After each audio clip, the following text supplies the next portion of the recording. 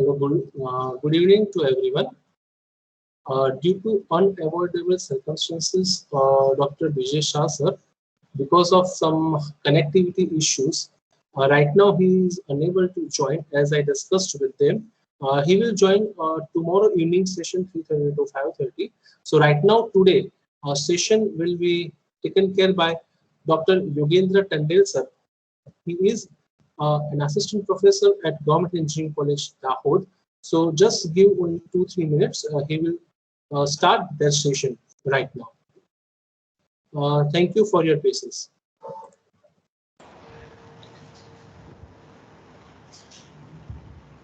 Nirav sir, please.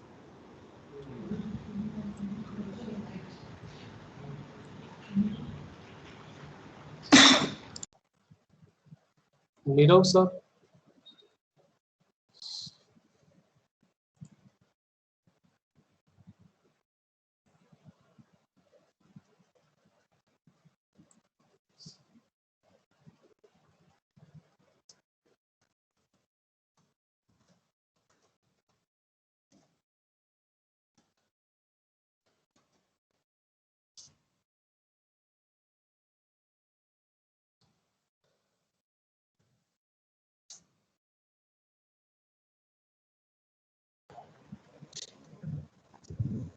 Good afternoon to everyone. It's time for the third session of the first day. Due to some technical error, Dr. Vijay Shah will not be joining us. Instead, Dr. Yogendra Tandel sir will join us. Let us continue with today's last session, which is delivered by Dr. Yogendra Tandel sir on soft ground behavior and its treatment. It is a pleasure to introduce him. He is working as an assistant professor in Government Engineering College, Dahod. Sir has completed his BE from MS University, Baroda in 2006, MTech from SVNIT Surat in 2008, and PhD in year 2014 from SVNIT Surat. Sir has published more than 42 research articles in journals and conferences. Sir has also published 3 books. Sir has guided 15 MTech students and 2 ongoing students. He completed 3 research projects funded by Department of Science and Technology, Gujarat. I would like Sir to share his wisdom with us.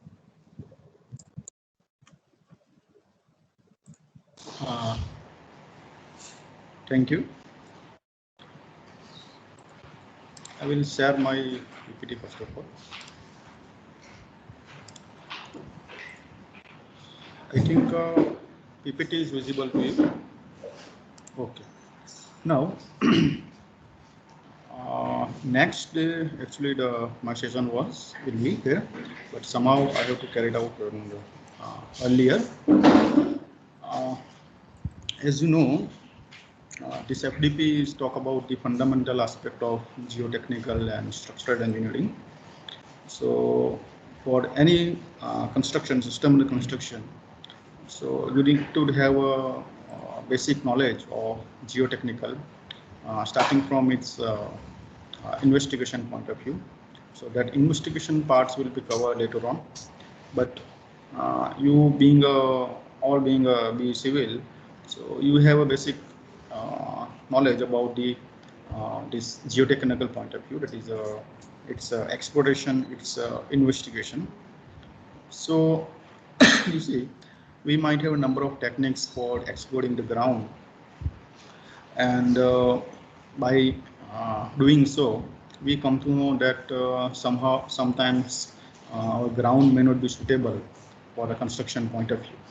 Okay, so how to deal with that ground? Whether we have to left that side, whether we can improve that ground, or otherwise we have to go for the structural point of view. That means we have to restructure, redesign our structure as per the requirement, considering the whatever the ground which we have available. Okay.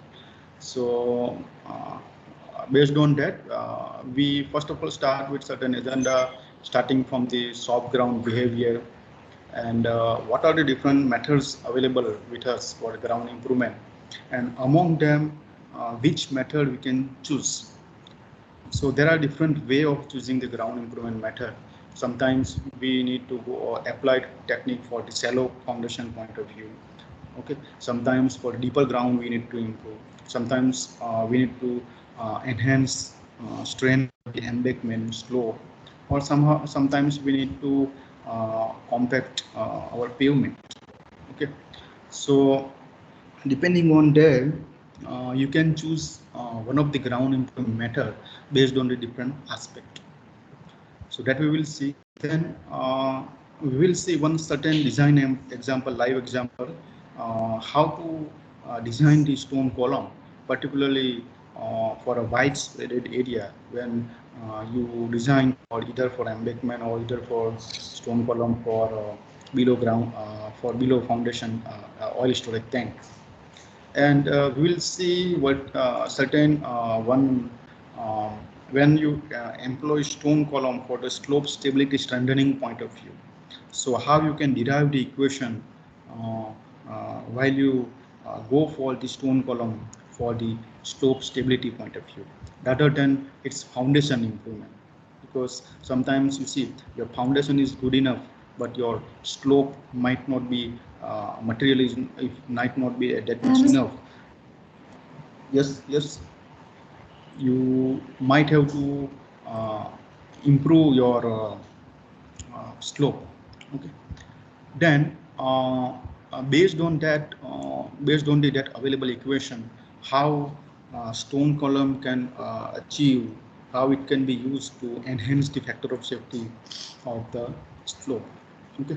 And finally, even though the stone column is being in practice as orally informed by NBA for coordinator GC Dahod last decade, આમાં પ્રશ્ન એ છે કે આમાં નામ જો ક્યાં કશું આવ્યું સાહેબ?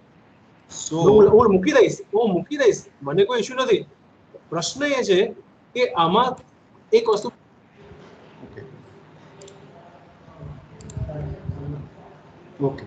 Now, though stone column is being used wide in practice, okay, we have a Indian standards available with us.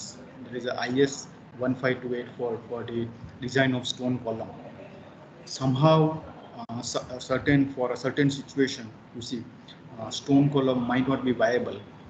Okay, so finally I will left with you that kind of cases, so in which stone column actually fail, I mean certain failure case studies, and based on the failure case studies what we can learn. And if in the future, if we have a availability of time, so I will explore certain techniques, how the failure of stone column, or how you can increase enhance load carrying capacity of the stone column in at a particular site where stone column actually get failed, stone column does not survive, or its installation were not possible. Okay, so as you know, at the when initially you see for the food, for water, so we have to settle down near to river area. Okay, and then we migrated towards the urban area. So as our socio-economical aspect get increased, get enhanced, you see, the ground which we have available, so we have to rely on that. We don't have any scope that we just left the particular construction site and we move for the another suitable site at very far location. So this is the case right now, even in rural or even in urban area. Okay, so particularly in the urban area, you see, you can see this live example of this particular photograph. This is particularly one of the site where we have adapted stone column that we will see later on. Okay, so that is a very in the urban area itself. So how somehow you have to go for that kind of the soft ground, and you have to do construction on that particular site. So if you see, if we have that kind of soft ground with us and we don't employ any ground improvement techniques, so we might have certain failure past we have observed. This is the first picture, that is very famous picture.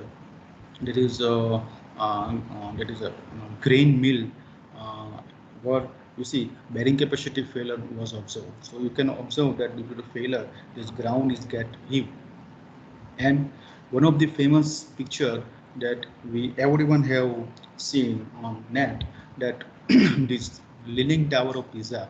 Okay, so it is inclined at certain degree, and basically you see what happened for this kind of structure, that initially you see uh, they have laid the foundation on the sand itself, dense sand itself, but below the sand there was a soft clay, and that soft clay having a thickness around 1 to 1.5 meter. So while exploring the soil, they don't have taken care enough about this soft clay layer. It is just about hardly 1 meter. So what happened as being construction is followed, that load is being transferred from sand to soft clay, and eventually you see what happened, that soft clay get consolidated, and by virtue of time it get shattered. Differential shuttle is observed. So by so you observe certain amount of inclination. There is a difference in for this kind of structure. Somehow that differential settlement now is rectified with soil anchor technique, okay, beneath the ground. Then this is the one of the example of, you see, the structure in China. Here at this side there was a canal going on. There is a, and due to the seepage from the canal, so this foundation, due to the poor water pressure, so this foundation get failed and your total structure get collapsed.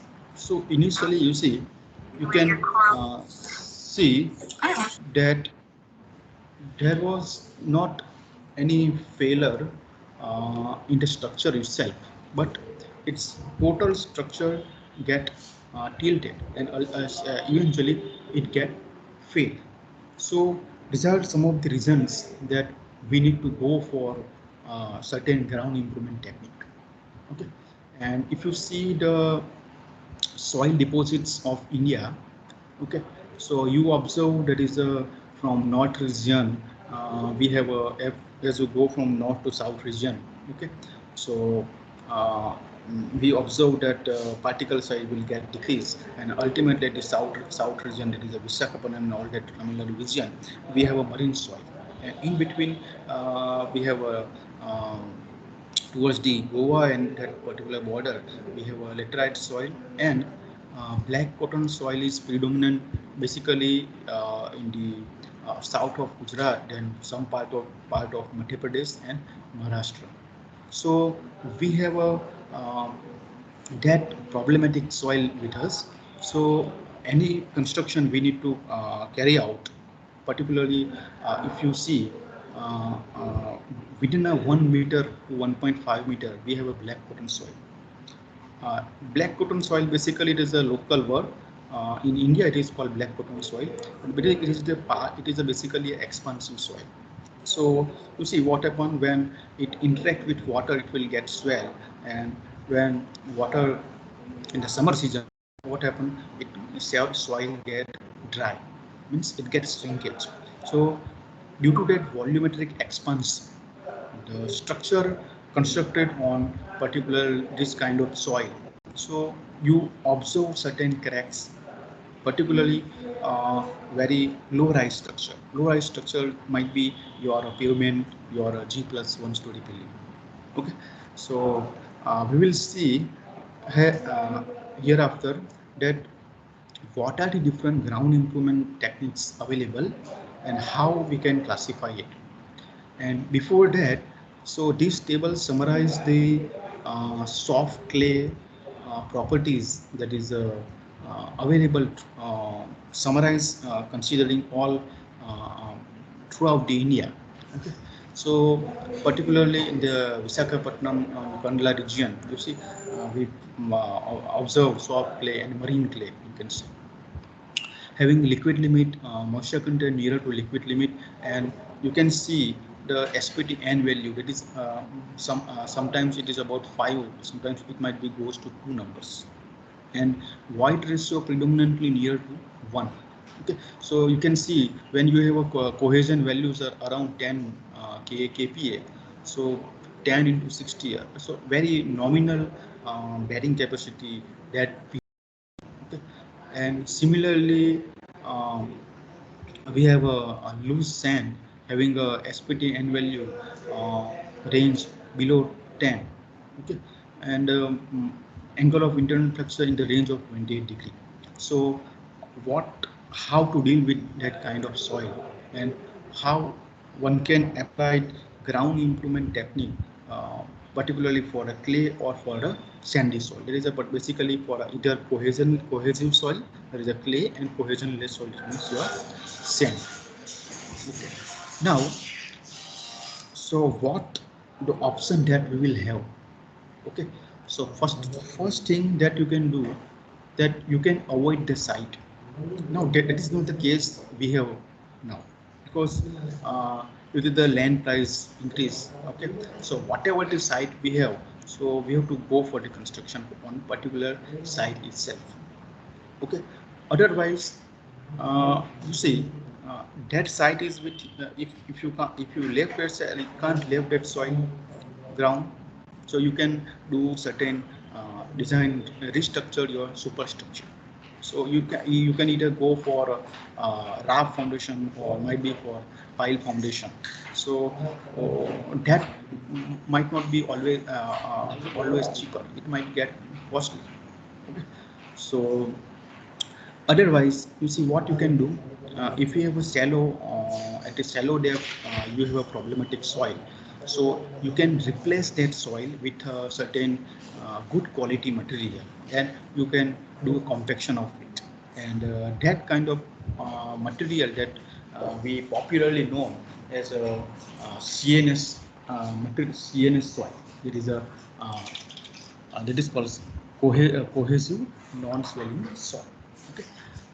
Otherwise, what you can do, we can have a certain ground improvement techniques that we can adapt for a particular type of soil.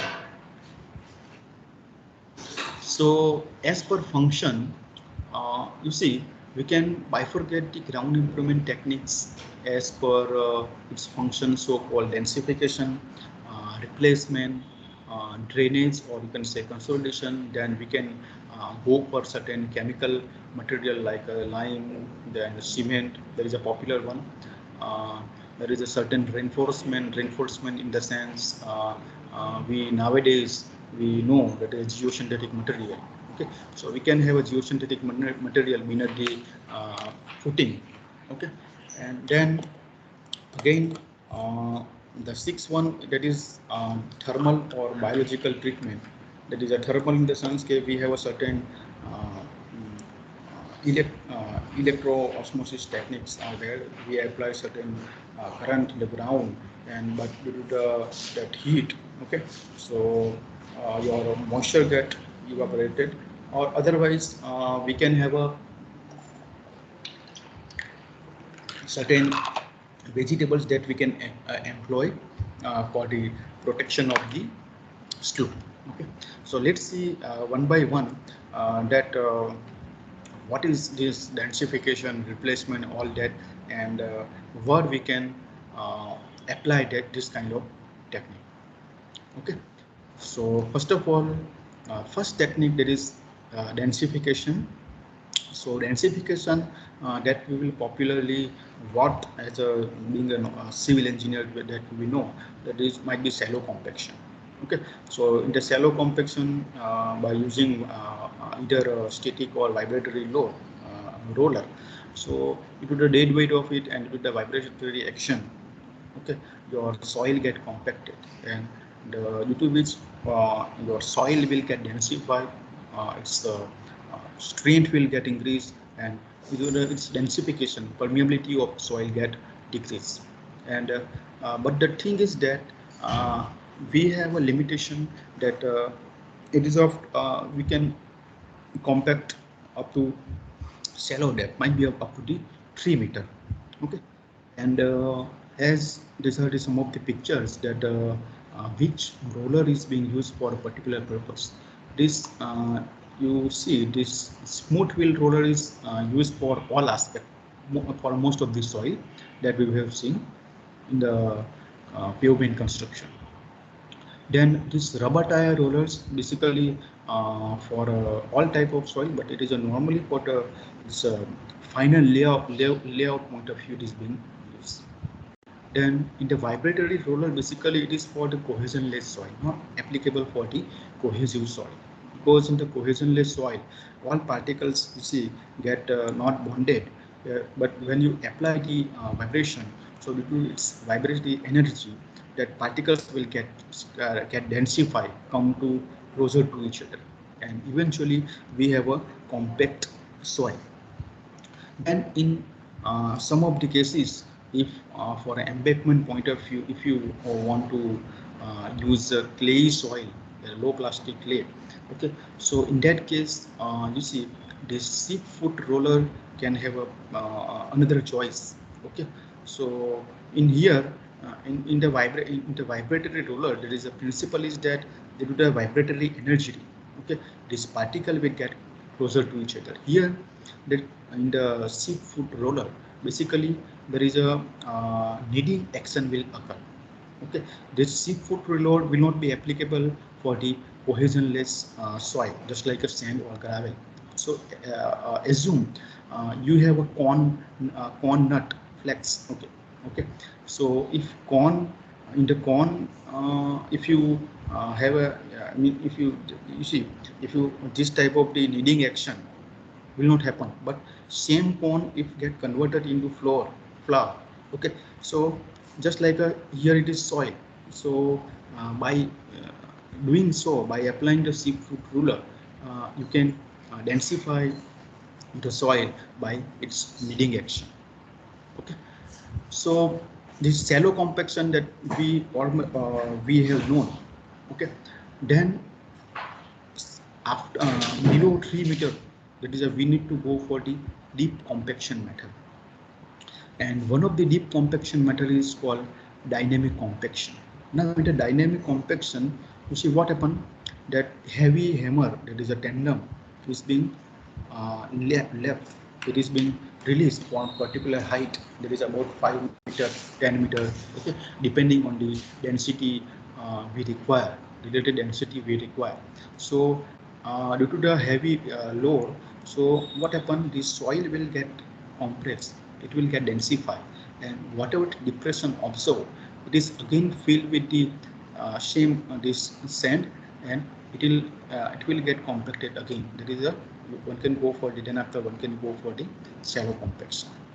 But the thing is that it is advantageous to increase density and having a strength, but you see it is basically applicable for the granular soil.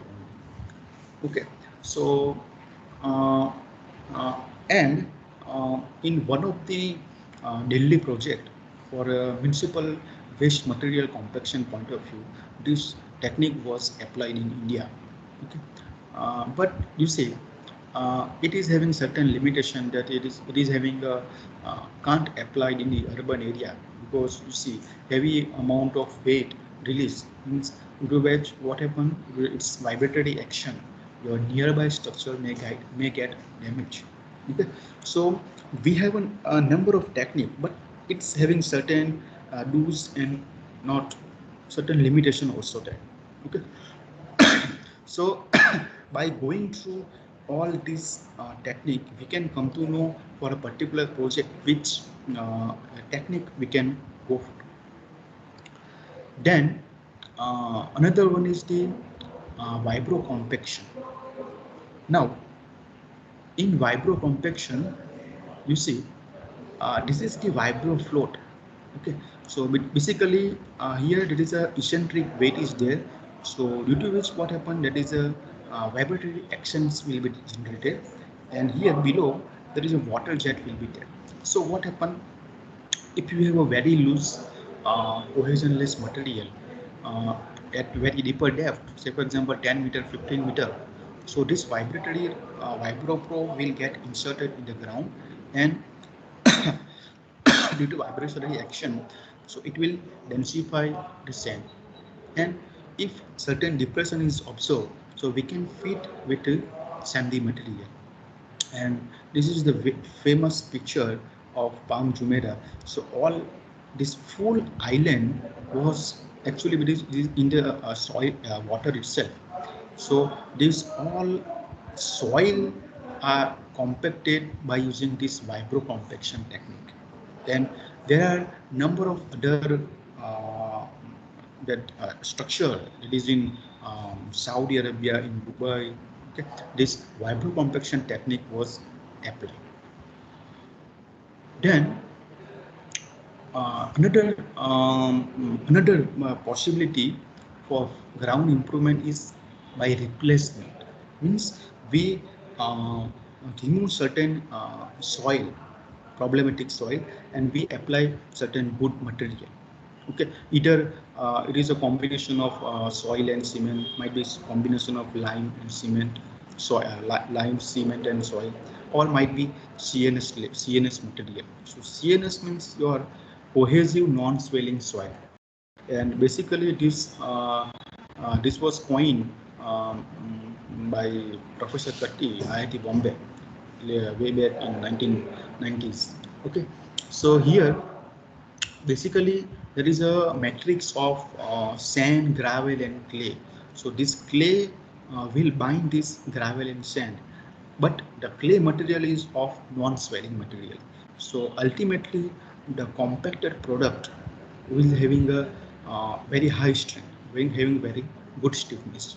But you see, this replacement can be possible or can be economical up to the depth of 3 meters. So most of the cases, you see, for a pavement point of view, we go for this shallow replacement method.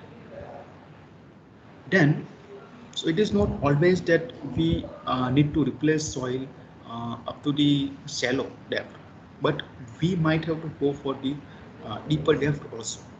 When we have a large structure, multi-story building or a certain industrial structure are there. So in that case, the technique will coin as a deep replacement. Okay, so in the deep replacement, there are a number of techniques, but in India, the stone column is one of the most famous one, because we have a ground improvement point of view, right? Two codes are available. Well, it is a well-established technique. There is a, for a stone column point of view, we have a IS 15284 part 1, and for the PVD point of view, there is a preloading point of view, we have a 15284 part 2. Okay, so what is actually basically stone column it is? Okay, and you see its applicability is around up to the 30 meters. Certain case studies are there in where stone column is applied for up to the 30 meter. So you can imagine 30 how 30 meter, how much 30 meter is. Okay. So in this technique, what to do, that with vibro probe, that is a vibro flotation, vertical borehole is formed in the ground, and up to the required depth, when this hole is being formed due to the water jet from this vibro float. Okay, so that hole is created and it is filled with the cohesionless material. It is a stone or gravel. It is a particle size may go up to 40 mm, 75 mm. Okay, or sometimes there is a combination of gravel and sand, both can be possible. So it is compacted with vibro float, and ultimately we will have this complete this cylindrical pillar that is called stone column. Okay, so what happen if you have any plot, any site? So this there will not be a stone column just beneath the any particular footing, but for a whole site. So you replace, basically what happen, you replace certain amount of the problematic soil with this stone column, and that amount of replacement might be in the range of 10 to 20%. So whatever the soil ground we have, so among them, okay, it is a there is a footprint area up to 10 to 20% footprint area you replace with this stone column material. So eventually what happened, this whole composite soil bed having a higher stiffness, and on that we can apply, we can go for our structure like embankment and oil storage tank, or might be multi-story building.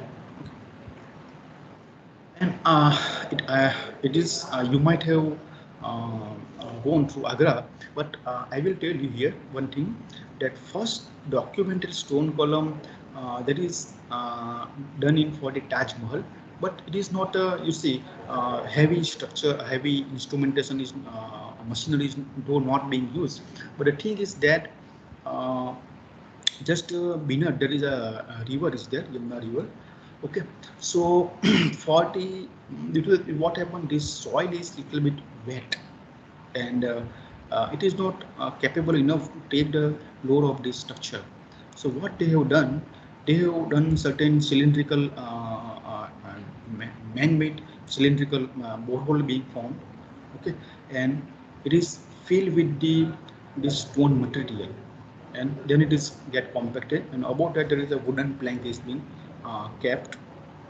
So this is way back in 1653. Then after, in the foreign French military have used this technique, and one of the well documented recorded this stone column, or you can say vibroflotation technique in India, was applied in 1961 in Madras, and in Gujarat it was in Kandla for the foundation of the oil storage tank foundation. Then after, in the Gujarat, basically Gujarat having a coastal region and having a coastal kilometer of about you see 163 kilometer. Just a minute. Okay, so here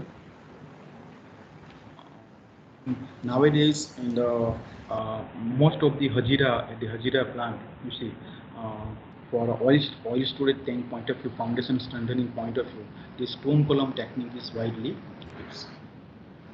This is one of the project. It is actually basically a research project. What the stone column technique is being used, and it is being tested. It is in urban area itself, and basically the very nearer to this site there is a creek is passing, so this soil is little bit wet, and just like a decomposed material, organic material is there. Basically it is a black cotton soil, and having a very low SPT-N value. It is in the well below 10. Okay, so average about SPT-N value is about 5. Okay, and it is up to the depth of 4 meter. But for the testing point of view, for the research point of view, this project was carried out. Then for one of the textile market foundation point of view, this basically the problem here at this site was this is the excavation for this textile market. Okay, so basically what happened, that this is very just like a waterlogged area, the area just like an area nearer to canal. Basically what happened at this site, here the creek was originally passing through this excavation site from within the site, but somehow it is get diverted for the construction point of view, but it having a certain past years, so this soil is bit wetty soil, so that is a certain issues related to settlement. So what happened, this sand column is being applied, and as you see sand column, what it will do, it will drainage, it will enhance the drainage, and it will intentionally consolidate the soil. So here this sand column throughout the this excavation site was applied, and after a prolonging period, okay, this water get from the ground get drainage, and consolidation occur and after that, that construction was carried out.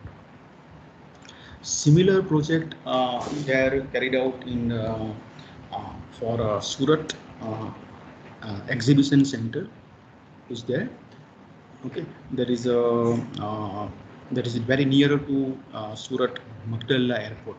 Okay, here the issue is somewhat same kind of issues of drainage of consolidation. So on the north side region, you see there was a creek is passing on. So continuously what happened, this site is very waterlogged, and for consolidation of that particular soil, okay, this sand column technique is being applied. Then this is one of the international project of Malaysia for Vale Malaysia mineral point of view. So this is the ore, coal ore basically, and this ore is stockpile is very near to this seashore, and this stockpile having a height of about 30 meters, and this crane will run, means crane is for deposition of this this ore, so it will run on this platform that is on below the okay, on this platform. But for platform one can go for the pile foundation, but for this kind of temporary stockpile, you see that stone column is being applied beneath this stockpile, basically for the not for the bearing capacity point of view, but the global stability point of view also, because here very loose material are there. There is a undrained cohesion value is above below the 15 kPa. Okay. So just not for bearing capacity, but for the global stability point of view also, because if you go for the 30 meter of that huge stockpile, so this will get fail through the base failure. Okay, so this is the without improvement picture. Oh. Then at certain site we have a issue of waterlogging, we have issues of drainage. Okay, so this open pumping basically is useful for a limited depth of up to about 3 meters. So you excavate up to the 3 meter and just remove with the this centrifugal pump, and you can carry out the construction. Okay, but if you have a vast structure, okay, there is a, if you want to go for the basement line, okay, so you have to employ certain well point system. Okay, there is a header pipes, and ultimately all that pipes connected at above level, and due to the vacuum okay, created, so water will come out at the ground surface. Same way, you see, this is for a limited area, one can say. Okay, but if you have a vast area, just like an embankment, okay, so in that situation, what happen? You can apply certain preload. Okay, so due to the and you can have a here certain sand column or sand pile is there. So what happen?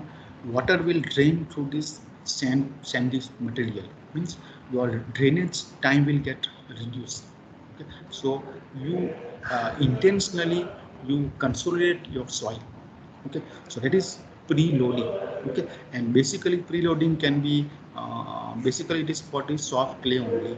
Okay, and it will reduce the post construction settlement, means whatever the settlement going to have, we intentionally do settlement of that kind of soil, and ultimately the improve ground having a better load carrying capacity and lesser post construction settlement. So this is one of the site in Hong Kong. So here this kind of the preloading, that is a embankment is being preloading of embankment is being done. Okay, then you see nowadays, you see basically in the sand drain we have a sand this sand is there. Okay, it is a sand column is there, but as water get come out from the soft clay. So what happens? Soft clay might get penetrated in the sandy material, and it will get clogged. So your drainage function will not work properly. So here one can go for the vacuum preloading. So here what happened? There is a geo PVD is there. Basically, it is called prefabricated vertical drain. So this will channelize the water. Okay. So this PVD is being inserted in the ground, and at the top, you see this PVD is connected with this wall pipe, and certain vacuum is being applied. So, and it should be covered, means directly atmospheric pressure should not be there. So by applying vacuum, so you can accelerate the consolidation. Just but in previously what happened in the sand rain, okay, so you don't have this PVD, but it is just a sandy material only. It is a cohesionless material within a soft clay. So that sand might get clogged. Okay, so to overcome for that kind of problem, this PVD is being employed in the ground, and you can have accelerate the consolidation of soil. Okay, then fourth one is the chemical stabilization. Now, chemical stabilization, for that point of view, you might have a lime or cement. Okay, so you do the chemical reaction between the soil and this water body.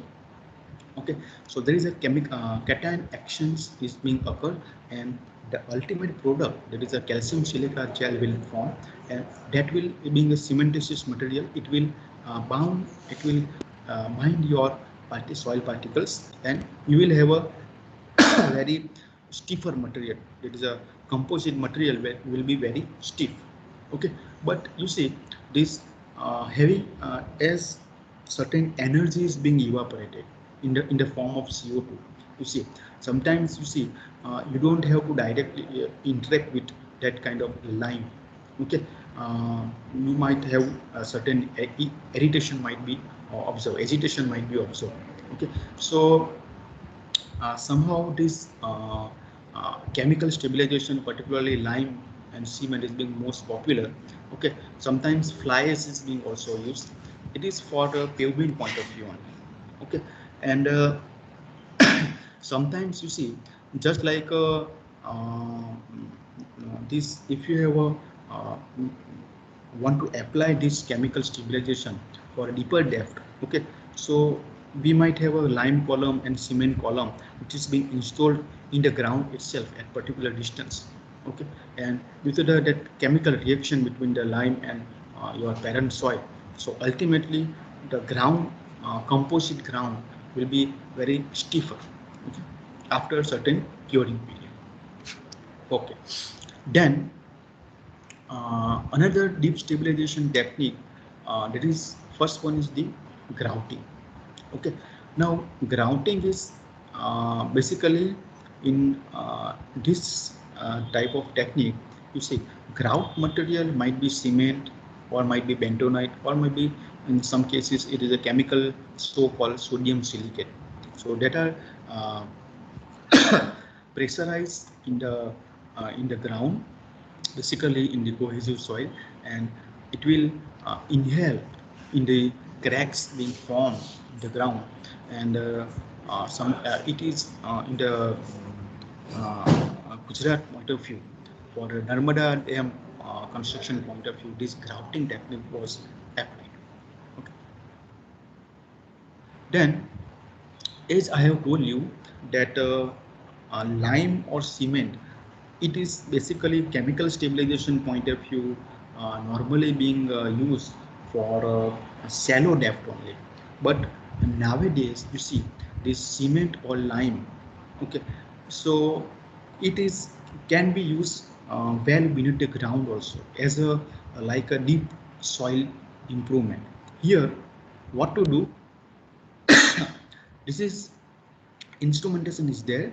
Okay, machinery is there. So here at the mixing tool, uh, Binet mixile to at the binet, there will be a nozzle. Through the nozzle, this material, there is a mixture of cement and water. Okay, there is a chemical material will get penetrated from the top, and this mixing tool, you see, it will get binet in the ground at predetermined depth. After predetermined depth, what happens?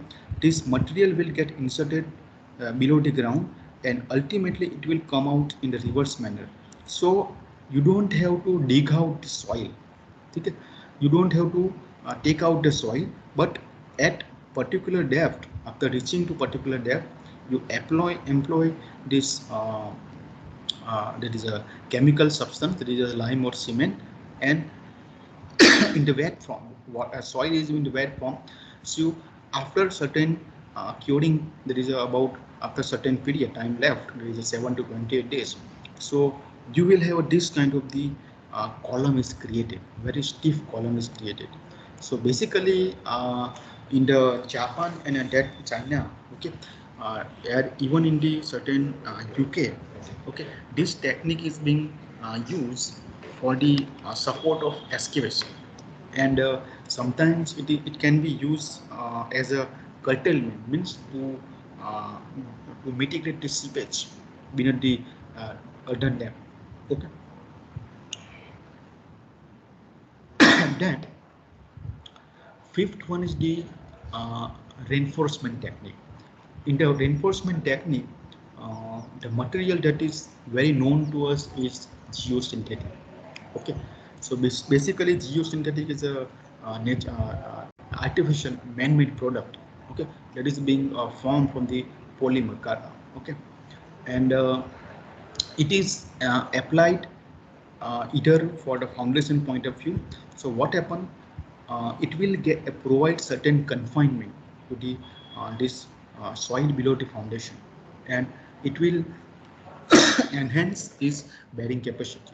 So what happens when load come on this particular geosynthetic material? It will get in tension. Okay, and due to its tension phenomenon, okay, so this it will provide confinement to this soil. There is a beneath the foundation, and it will increase the bearing capacity of your soil. And but you see, this geotextile, it will not, if you have a problem for 10 meter or 15 meter, so you don't have to, you can't go for the digging the soil and employ, you put the geotextile at there. Okay? But geotextile is being used for a limited depth point of view, particularly for a footing point of view, for a pavement point of view.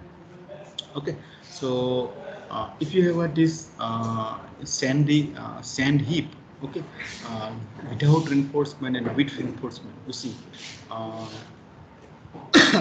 if you without reinforcement, just having a heap of sand, if you apply certain amount of the load, so this sand is not confined by any material like a geotextile. Okay, so there is no, due to non-confinement, this will collapse.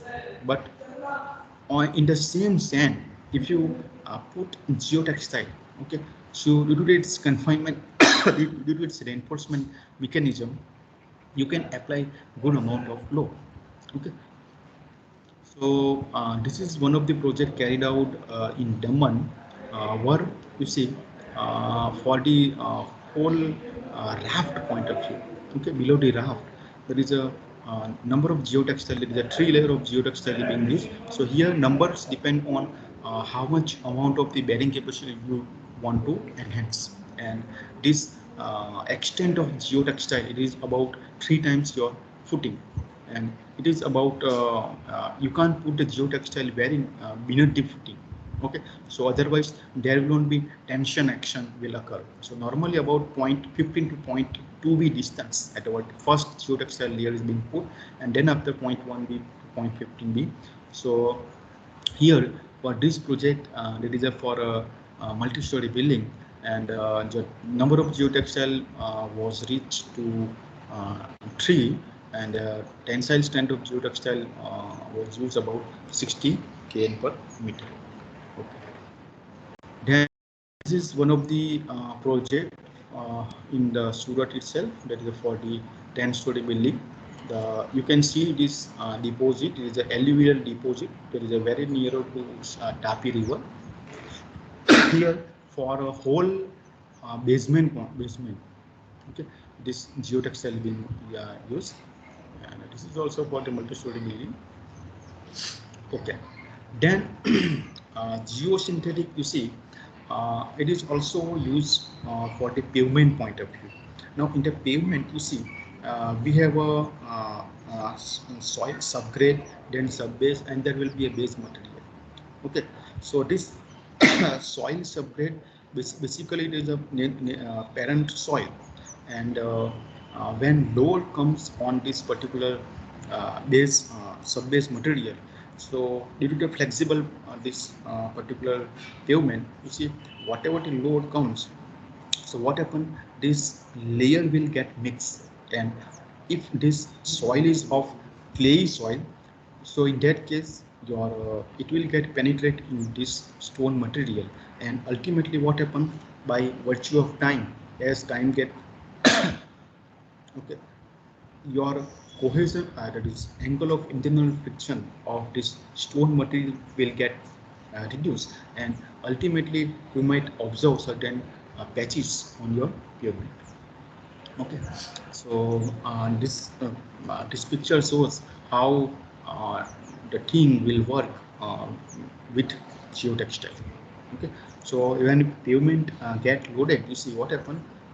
It is not you see, if geotextile extent is just up to the its footing area, so in that case it will not be work. Okay, so you need to extend your geotextile, and you need to provide certain anchoring action. So due to that, its reinforcement picture will come into picture. Otherwise, what happens is just punch in the ground. So this is for one of the container yard, this geotextile, and another material that is so called geocell is being used.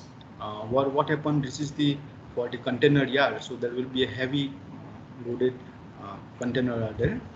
Okay, so first of all, textile is being laid, then there is a geocells are there. So geocells are basically three-dimensional structure. So here what happened, this gravel is being feeded in the geocell. So it what happened, it will confine it, this gravel, this geocell will confine the gravel. So it will, your confining pressure will get increased. As more you will have a more confining pressure, means lateral pressure.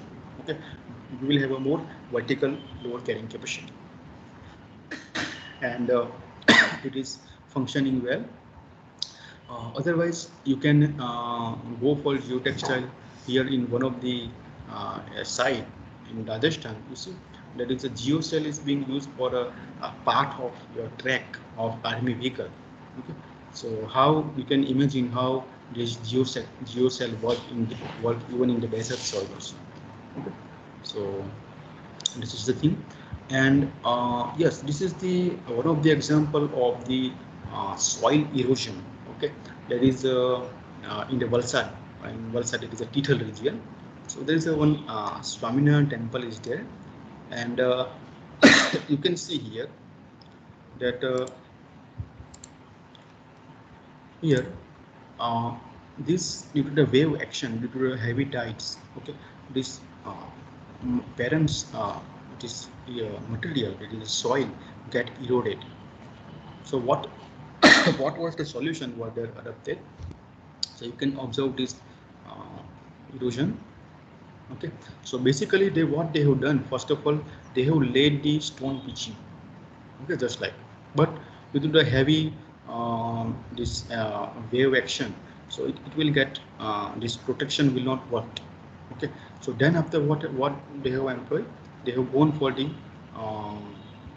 this there is a geo net is there. There is a this kind of structure is there, just like this geotextile, just like a gabion bag is there. Okay, so this gabion wall is being constructed. So before that construction of gabion wall, you need to have this strength, means foundation should be laid. Okay, well beneath about 1 to 2 meter, and then after this gabion wall is being constructed, you can see here, and you see, this is the finished level, and ultimately we will have this gabion bed. And you can see in the photograph taken in 2001, and at that point of time it worked very well. Okay, so this is step like given walls are there. So you can see there is a number of steps given wall are there, and there is a certain stairs are there for coming to the seashore area. Okay, then one of the very eco-friendly treatment is your biological treatment. But you see, this biological treatment, it is not for a deeper improvement point of view, but basically it is for yeah, erosion protection point of view. So if you have this slope, and you will have a rainy season is there, and if you have a water in particularly slow, so what happens, this root will bind the soil material.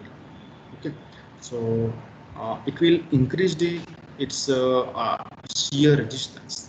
Okay, so your global stability will get increased. Okay, your factor of safety of the slope will get increased.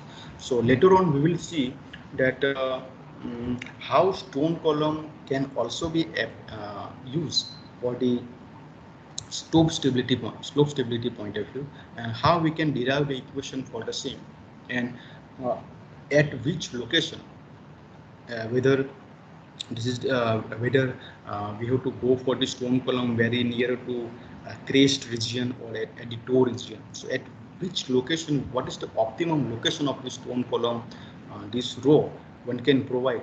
So we'll have a good factor of safety that is around 1.1 to 1.5. Okay, so here as we have discussed that if you want to go for any ground improvement technique, you see this is a natural ground, and ultimate that there may be pile foundation. Okay, that is a superstructure will be there. So in between, what you can do, you can replace your ground, or you can have a compact your problematic soil up to the certain depth, or you can, you see, that improve that kind of, but at particular soil which is might be around 5 to 10 meter. Okay, so you will have a you have to play between from this to this extremity. Okay, so as you can see, there is a option B, C, and D that involve ground improvement method. It is a this and this method, and this option last option, there is a structural improvement. That is you have to improve your footing itself, your foundation itself. That means your structural point of view, you don't need to go for the pile foundation. Okay. Okay. Option is preferred and also more economical when the load on the foundation is low. Okay, so this one, there is a natural ground. There is all this is for the shallow depth point of view. Okay. Option is more suitable for high foundation load on problematic geomaterial. That is this one. Now you see, we have gone through a number of techniques. Okay, now if you want to go for any particular ground improvement method, then what factors you will go through it. Okay, so how you can choose particular ground improvement technique. Okay, so for that, first condition is the structural condition. Means what kind of structure do you have, whether you have a flexible flexible structure or rigid structure. Flexible structure means like your embankment, or might be rigid structure means your concrete structure. Okay, and how load is being get distributed, what is the size of your structure. Okay, then geotechnical condition means it's geological formation of your that particular soil. Then what is the location, or and what could be the thickness of that particular soil, how it is at up to the what depth it is spreaded. Then whether what is the particle size of that particular soil, whether it is a clay soil, cohesionless soil. So all that geotechnical condition we need to have go through it. If your soil is having very little thickness, okay, so you can go for the replacement technique. Okay. Now, but there are some limitations are there. Now, when a relatively loose cohesionless soil, just like a gravel and sand is there, exist near the ground surface. Okay. So if you if there is a cohesionless soil and if you want to improve it, so one of the technique, if you think of that, say for example dynamic compaction and vibro compaction. So in that case, you see in the dynamic compaction, heavy weight tandem is being released from the height. So you see in the urban area that may not be possible. So in that case, you don't have to, you can't go for this kind of the technique. And in that case, you might have to go for this vibro compaction. So there is a limited energy might be there. Okay. Then you see, if you have a very thick cohesive soil, might be 30 meter like that. Okay. Now, in that case, preloading will take certain times, because in the preloading, what happens? We go for the PVD. Then, if we might have to go for employ certain surcharge, or if surcharge is not there, then we have to go for the certain vacuum. So it will take certain times. Why it is so? It will so because it will get you are removing water, you are draining your material, and by draining, you see what happen, slowly by slowly your soil will get settled, it will get consolidated, and it will take certain times. Okay, so in that case, you see you might have a chance to go for deep mixing. Okay, and you see this is one of the graph that shows that which technique is suitable for which particular type of soil. Okay, here it is a right side, there will be a clay silt. Okay, if you go beyond this point 0.075 mm, so there will be a cohesionless soil. So you need to you can have an idea from this graph also. It is a, if you have a clay soil, so in that case which technique one can go for. Okay. Okay, then certain environmental condition we have to go for it, that certain techniques might not be used in the urban area. If you have you might have a chance possibility of vibration, noise, traffic. Okay, might be certain water pollution. So in urban area this dynamic compaction may not be possible. Okay. Then construction condition means, as we have seen previously in the preloading, you see time required will be more. Okay, so better option of this preloading, that particularly in India we go for the stone column technique, because you see sometimes we might not have that much sophisticated machinery might be there, might not be available. We might not have a trained contractor, qualified contractor for particular technique. But for a stone column point of view, it is well established from out of point 1 to 5. So the stone column having a point of 5. So that means at that much scale, we have a research, we have in that particular for that particular technique, and we have a very good guidelines for stone column is design for the design of stone column is available. Then reliability and durability means that it is related to its quality point of view, means how trained contractor is there, there is a material availabilities of proper quality or not there. Okay, so we need to go for all that aspect, and by doing so exercise one can choose one of the ground improvement technique. So one can go through this flow chart, means how you have to start your final, how you can coin one ground improvement technique, whether you want to apply for the foundation point of view, rower point of view, or any earth retaining structure point of view, then you have to go through all geotechnical structural condition that we have discussed. Okay, so if it is meet that particular requirement, okay, then you can go ahead. If it is no, then whether it is for a cutting, it goes in cutting or shallow foundation or unpaved road. Okay, so and then after means ultimately after this rigorous exercise, you can ultimately achieve it. You have to achieve with one technique, and if you want to go how to choose particular technique, so there is a certain guidelines, international there is a guidelines is available. So you just click in that particular guidelines, and you will step by step it will shows that at up to how much depth you need to go for ground improvement, and what is the condition, limiting condition do you have. So based on that it will suggest that which technique, for which technique you can go for it. So here after going through various ground improvement technique, I will brief about this stone column technique. Okay, so basically in the stone column technique, what happened?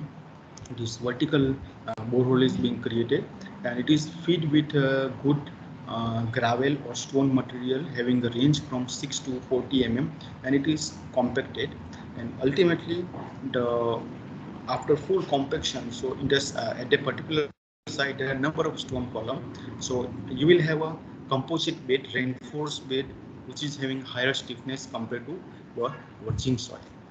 And remember, this stone column technique can be used for the storage tank point of view, embankment point of view, breach abatement point of view, and but it is suitable for soil with undrained cohesion for 15 to 60 kPa. So after 60 kPa, you don't realize the requirement of the stone column, and below 15 kPa, you see, we will see last couple of slides that what happen if you go for stone column for a soil beneath the 15 kPa.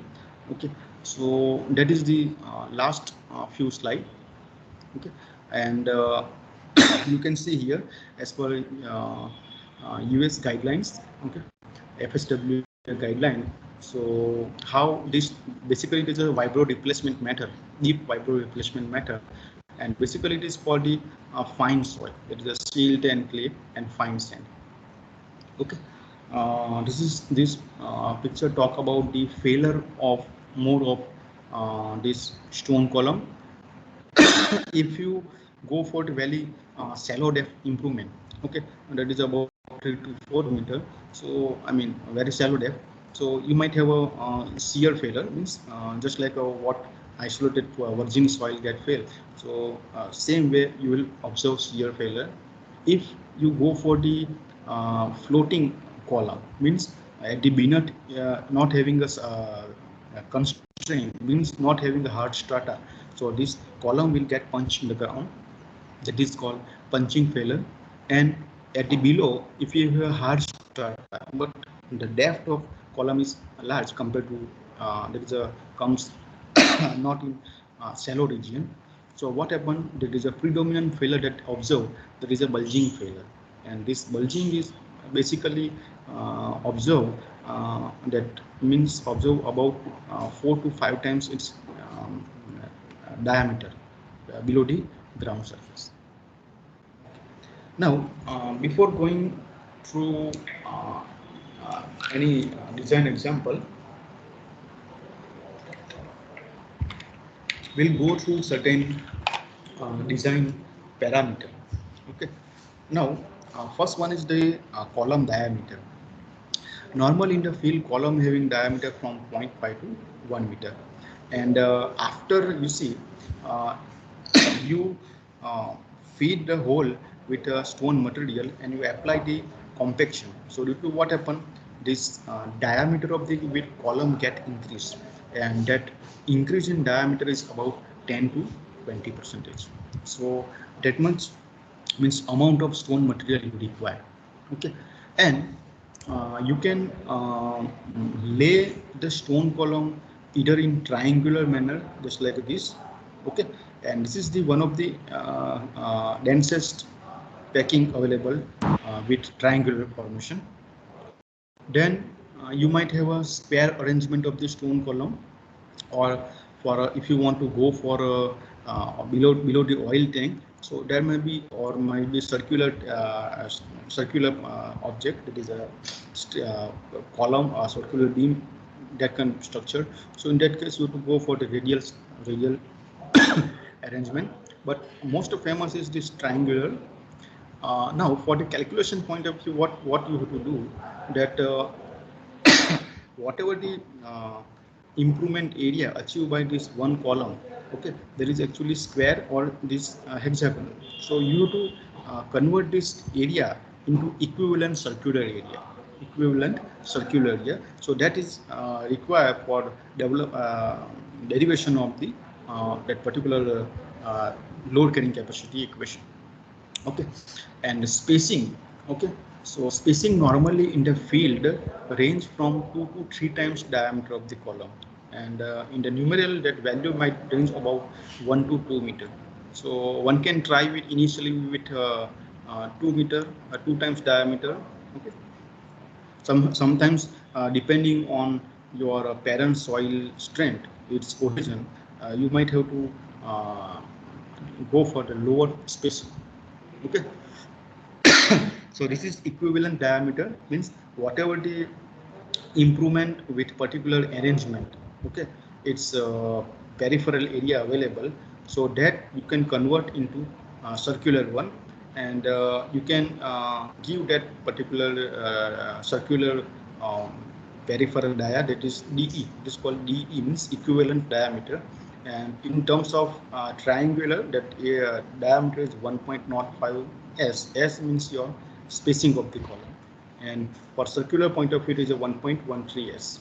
Okay, then area replacement ratio means for in the particular soil how much stone column you go for, means how much amount of soil you replace.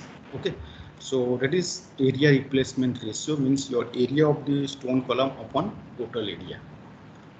Then you see the settlement of particular this composite structure, means composite site, that's depend on the stress concentration ratio, means it is the ratio of stress on stone column to the stress on ground. Basically you see what happened, the stone column is its stiffness is more, so what happened, higher amount of load get concentrated on due to the its arching phenomenon. Okay, here above there will be embankment or any other structure. Okay, so what happened, due to its arching phenomenon, higher amount of load will transfer to stone column.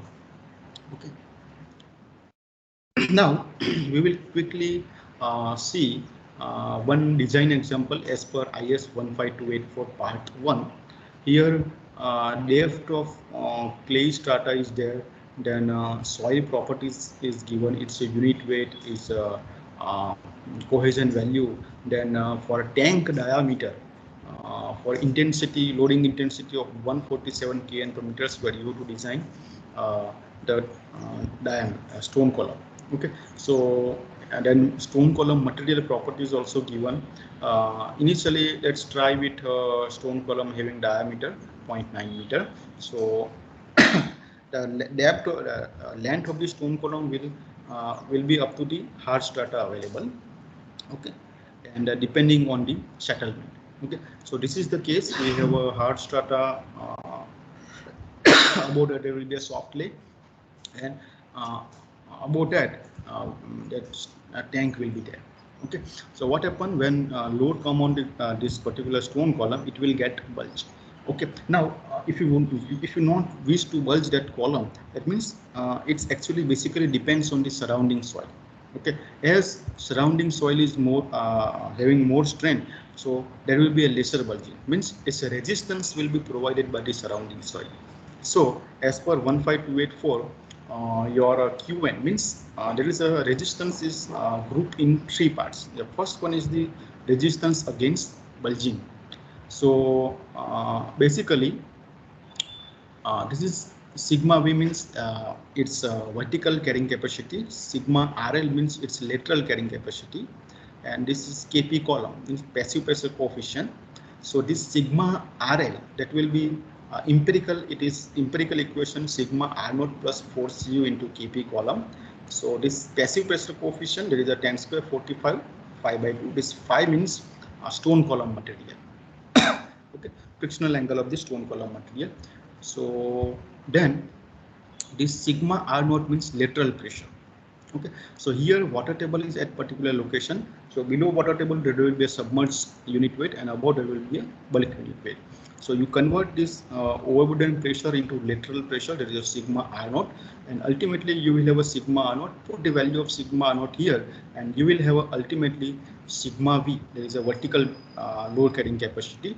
After it's considering the factor of safety, you see, you convert in terms of the load. There is a Q1 will be stress upon stress into area. So your stress will be after factor of safety and area of stone column. This is with for one stone column. Okay, so one stone column having this much load carrying capacity. Okay, so for a whole loaded area, how many number of stone column we require? So that we have to find out. Okay, so this is Q1, it is a resistance against bulging. Then you see load will be there throughout stone column plus soil also.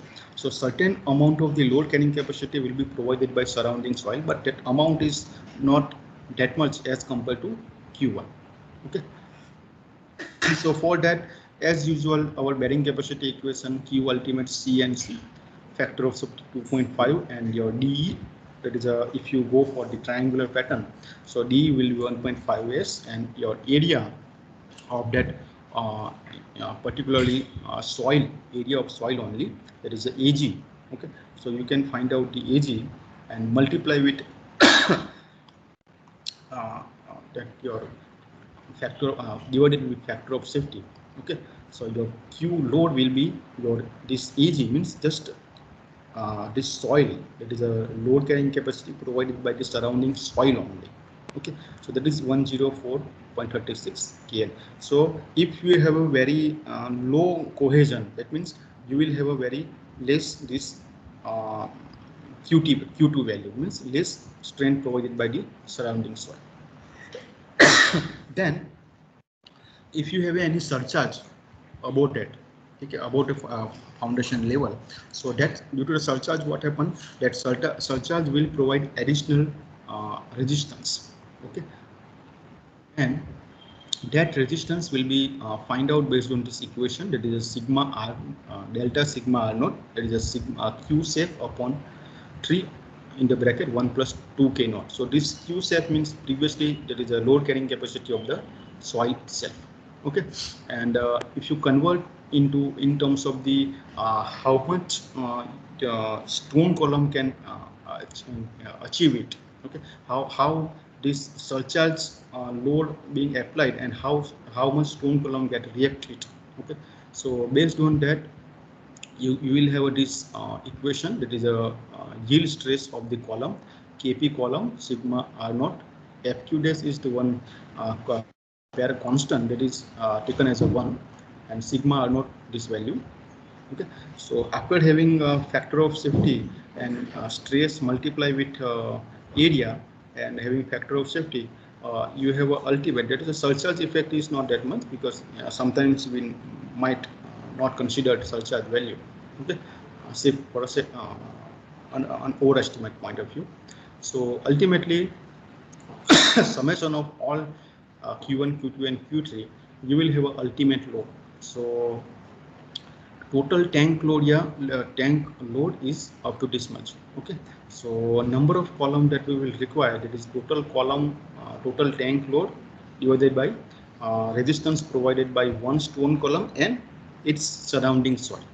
Okay, so your area of tank that will come out, area of tank, that diameter is 79 meter. So based on that, area of tank is this much.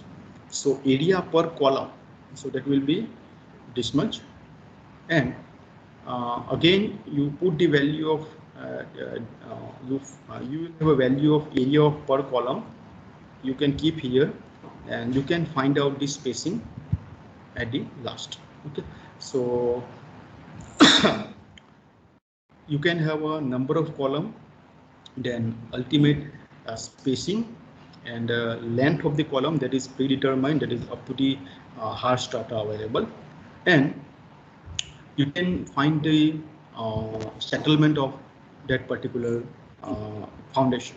Okay, so this sigma g means load transfer to soil, surrounding soil. Okay, this sigma means load of the tank. Okay, so this stress concentration ratio normally assume in the range of 2 to 5. So on an average, it comes on about 4 at the particular ground surface based on the experience. Okay. So ultimately, treated and untreated foundation settlement can be found out. Okay. So by this way, you can design the stone column as per 15284. There are a number of other techniques also there. Means other methods are also there. That's depending on the its theory, how that theory is being used. Okay. So based on that, you can see I have compared about 7 different techniques, and you can see how these different techniques get changed, how values get changed, and some of the techniques are empirical, some of the techniques are based on the experiment, that is a pressure meter theory approach. Okay, and you can see this how this 7-number technique, there is a 15284 line. Okay. Same way, there is a study for the settlement point of view also.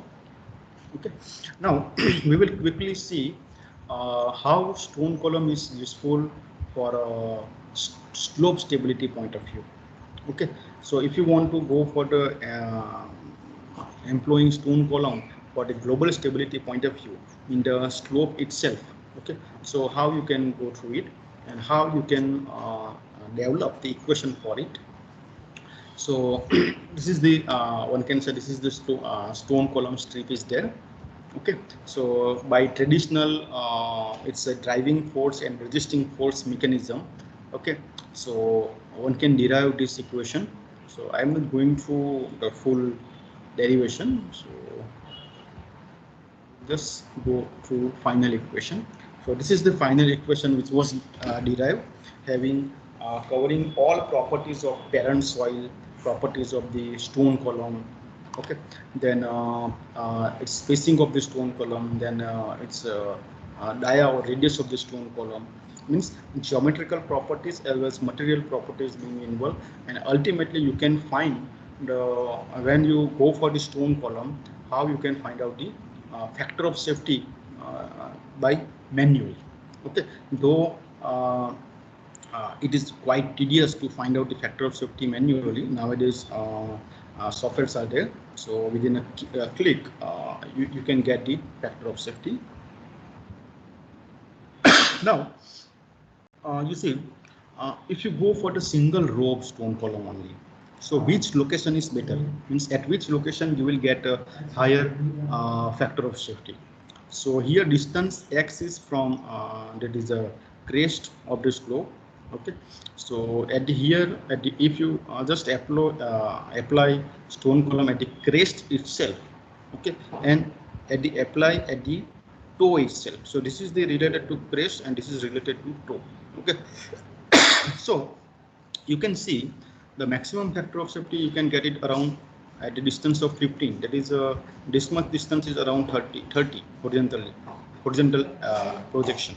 So at least at the middle of that particular slope, okay, you will get the higher factor of safety. The thing is that as you go deeper, okay, so as you go towards the this toe, you can see here, so it is get increased. It is get increased. Okay, now if you go for a multiple row of stone column, you see this is just a single stone column, single layer of stone column. Now if you go for the 2 layer of stone column, 2 row of stone column, or you might have a 3 row of stone column. Now if you go for the only 2 row of stone column, then you can see maximum factor of safety you will get at a distance of 7.56 and 115.2.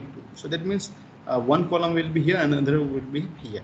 So where you will having a large, you see, shear stress, tangential stresses. Okay, so here you will have a large amount, tangential stresses compared to here. So that's why here it will give will having a higher factor of safety. Then after, you see, if you go for the 3-row column, okay, so you will get maximum at the region of 7.56, 11.34 and 15.12. There is a at particular here itself. Okay. So same way with respect to single row column. Okay, so you can by doing this kind of exercise, you can optimize the spacing of location of column. Okay. So same thing is being there here in the form of graphical. Okay, now this is related to its geometry, means its location. Now what happen if you have a different kind of slope, means slope having a cohesion 10 to 40 range. Okay, and if you go for the different spacing of the column. Okay, so you can see as spacing get increased, the factor of safety get decreased, and as you go for higher C value, there will be a higher load factor of safety, because this factor of safety basically depends on shear strength of soil, and that shear parameter that is responsible are cohesion and frictional angle. Same way for the if you go for the higher quality of stone column material, okay, so you will have a higher factor of safety. Okay. Then slope of the that angle of slope is also being important one. So you can see here, if you have an angle 10 degree, then it will go up to say 50 degree. So you can see here, as your slope angle get increased, you have a drastically reduction in you see its factor of safety. Okay. Because gravitational force will be more, horizontal forces will be more. Okay. Now here we have seen a stone column for the design point of view, a stone column for slope stability point of view. Okay, then we have gone through certain case studies also, where stone column, you see, being used for its bearing capacity point of view also. But you see, there are certain case studies available that though stone column is being used, it is not survive, or it does not enhance the load carrying capacity, or sometimes in certain cases, you see what happened, stone column installation itself get failed. Okay, so here one of the case studies in 1975, there is the problem is there. You can see here in this graph, this is related to untreated settlement, and this is stone column settlement. So you can see here settlement with stone column is more compared to untreated. The thing is that the soil having a very low cohesion, very lesser than 15 kPa, that is around 10 to 15 kPa range.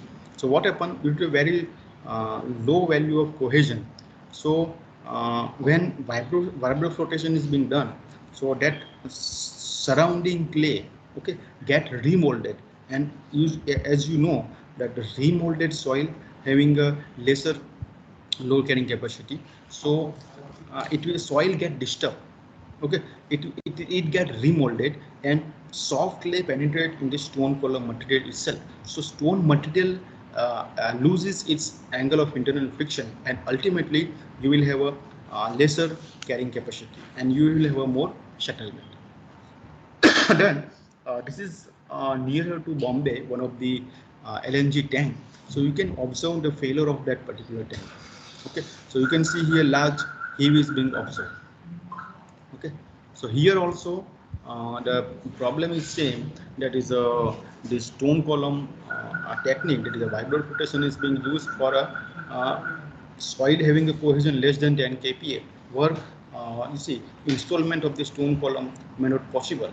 Okay, Then one of the you see here, for embankment point of view, you can see here there is a shear cracks being observed. Okay, and you can see at the toe, towards the toe side, so there is a total heaving is observed.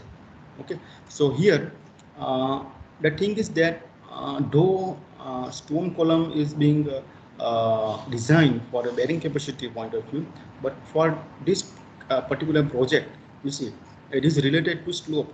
So this global stability not being considered. So it actually fail in global stability. Okay, so that's it from my side. Now if we have 5 minutes left, so if you have any question or query, we can discuss here. So you can write down in the chat box.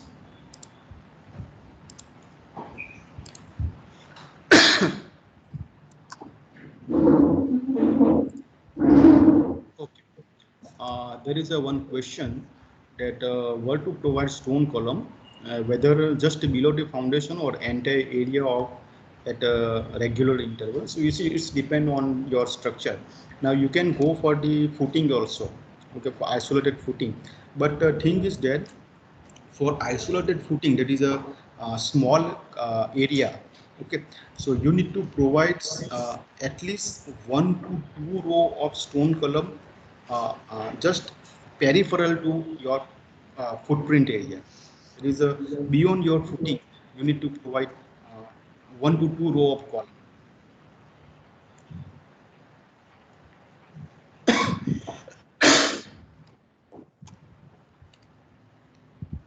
If you have any question, we can discuss here.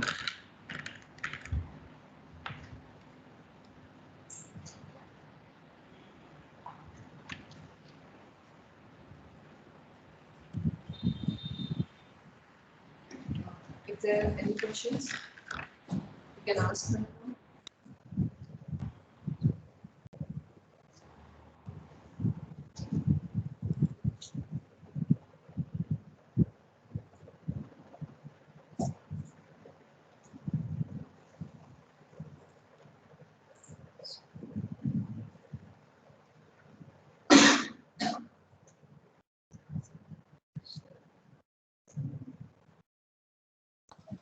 So there is no questions from any participant. Okay. Thanks, sir.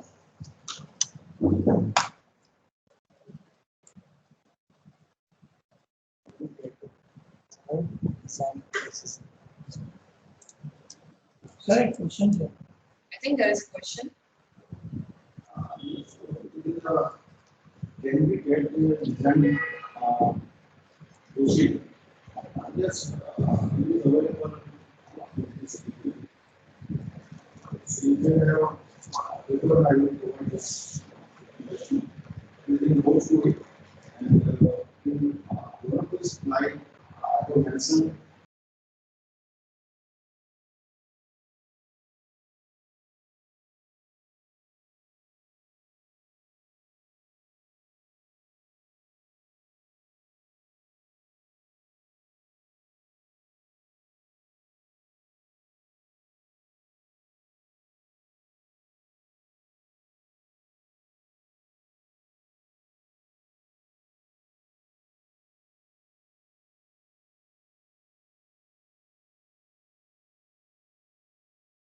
Okay. Sorry, the mic is muted. Okay. Now, one of the question that arise that is a design procedure. Okay, so in the design procedure, it is mentioned here. That is a slide number 75. That if you go through this tool, there is a geotech tool is there. So here you require certain couple of data. The basic data is what kind of soil do you have to improve, then what is the depth of the soil that you need to improve.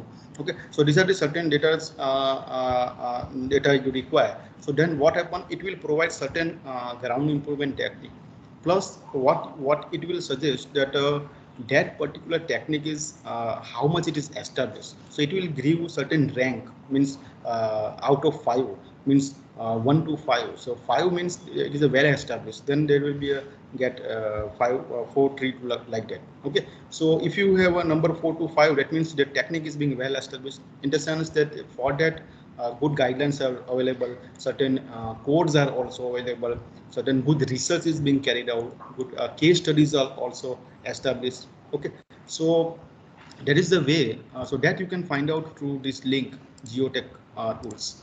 Okay.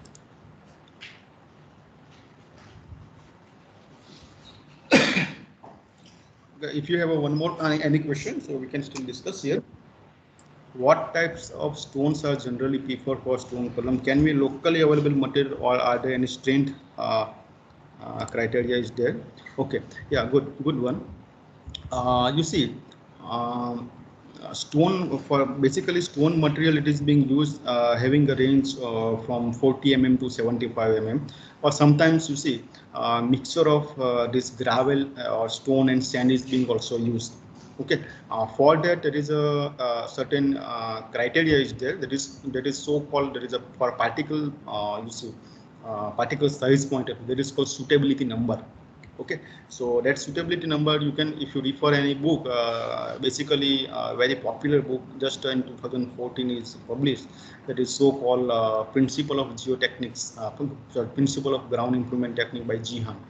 Okay, so this is very one of the famous book in particularly ground improvement technique point of view. You will find certain good design example there also.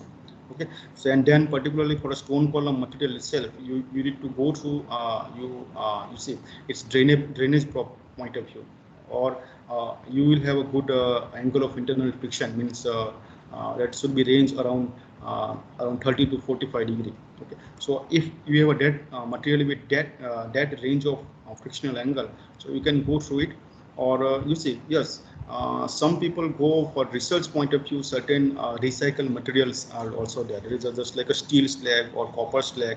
Okay, so you can go through it. There are certain good research might carried out in particularly that area.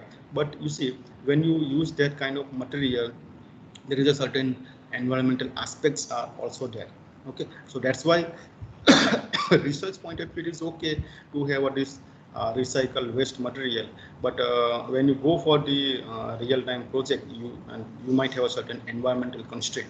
Okay, so that factors also you need to go through it. Okay, because after using, it might happen that might be certain leachability issues might be there. Okay, so well processed recycled material should be used rather than just simply material dump material. Okay.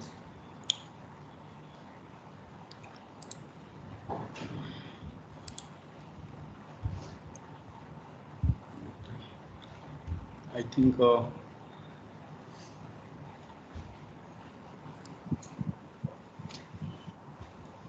Thank you, sir.